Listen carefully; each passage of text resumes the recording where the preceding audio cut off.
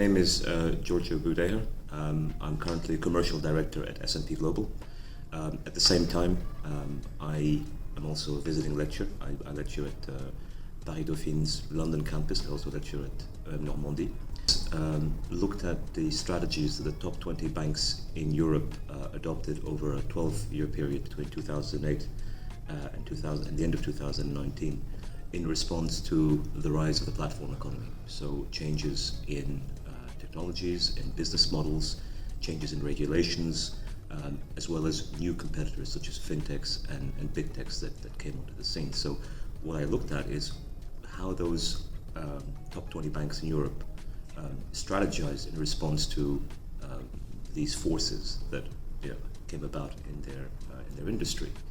And one thing that I look at in particular is how they co-created value. They sought to co-create value more and more with resources and capabilities that they didn't own or didn't control, so that were controlled by others.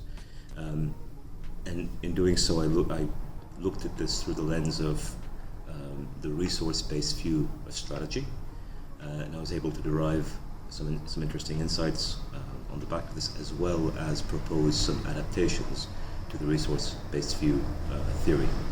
And the reason that I wanted to look at this is a lot of my clients, who are banks, central banks, and so on, were grappling with what to do with these forces. How do they make sense of very rapidly evolving technologies? There's a lot of hype, a lot of hubris surrounding the whole fintech revolution, the idea that fintechs will come to replace banks or disintermediate banks. There was a lot of hype, and what I wanted to do was I wanted to look beyond that, to have a more rational perspective and to understand, what does it really mean for them? And so that's why I wanted to do, real empirical research. So the methodology that I used was a longitudinal multiple case study. So I looked at 20 banks. Each bank was a case, and I looked at them over time.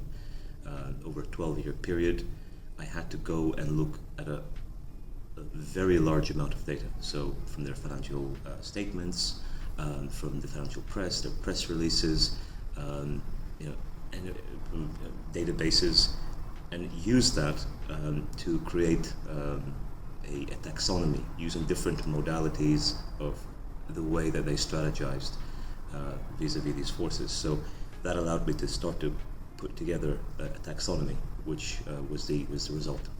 So at the end of the thesis, I was able to derive a taxonomy of the strategies of interdependence and value co-creation for these different banks. I was able to show how different groups of banks strategized in response to interdependence and value co-creation in different ways. That was, I guess, the principal managerial contribution. But at the same time, from a theoretical perspective, and my theoretical contribution was to help expand the resource-based view of strategy a little bit to accommodate value co-creation with external resources and capabilities in the context of platforms and networks, where value co-creation is part of the business model, and it's a source of ongoing economic rents or relational rents for these banks.